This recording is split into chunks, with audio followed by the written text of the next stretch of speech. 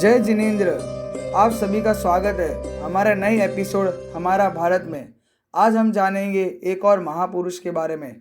तो आइए करते हैं शुरुआत। भारत के प्रथम गृह मंत्री और प्रथम उप प्रधानमंत्री सरदार वल्लभ भाई पटेल को हम लौह पुरुष के नाम से भी जानते हैं।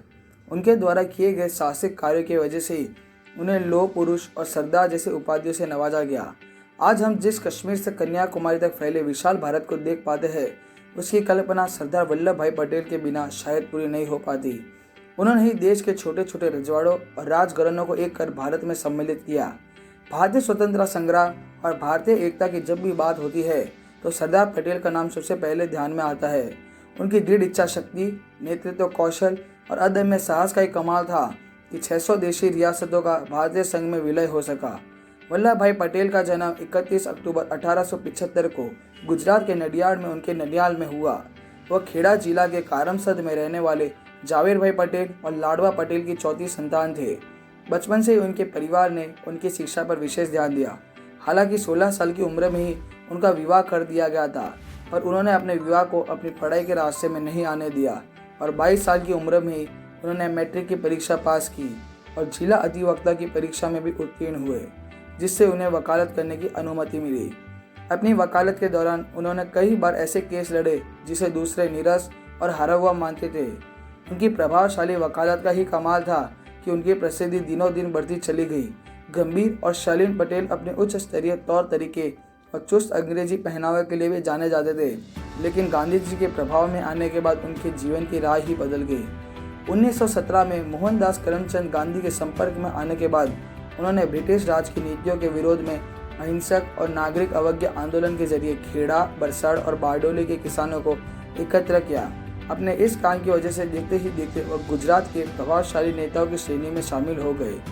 जन कल्याण और आज़ादी के लिए चलाए जाने वाले आंदोलनों में उनकी महत्वपूर्ण भूमिका के चलते उन्हें भारतीय राष्ट्रीय कांग्रेस में महत्वपूर्ण स्थान मिल गया। गुजरात के बारडोली तालुका के लोगों ने उन्हें सरदार नाम दिया और इस तरह वे सरदार वल्लभ भाई पटेल कहलाने लगे।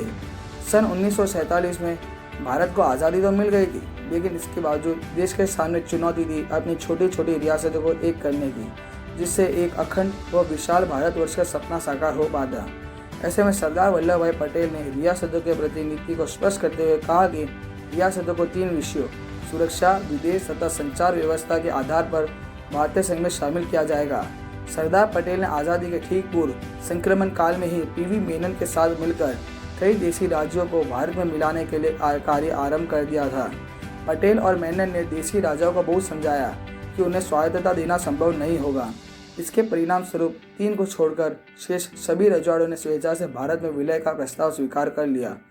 15 अगस्त 1947 तक हैदराबाद, कश्मीर और जूनागढ़ को छोड़कर शेष भारतीय रियासतें भारतीय संघ में सम्मिलित हो गई।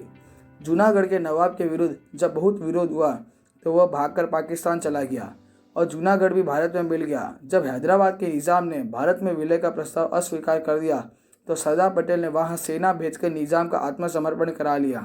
गृह मंत्री बनने के बाद भारतीय रियासतों के विलय की जिम्मेदारी उन्हें ही सौंपी गई। उन्होंने अपने दायित्व का निर्वहन करते हुए 600 छोटी छोटी बड़ी रियासतों को भारत में विलय कराया।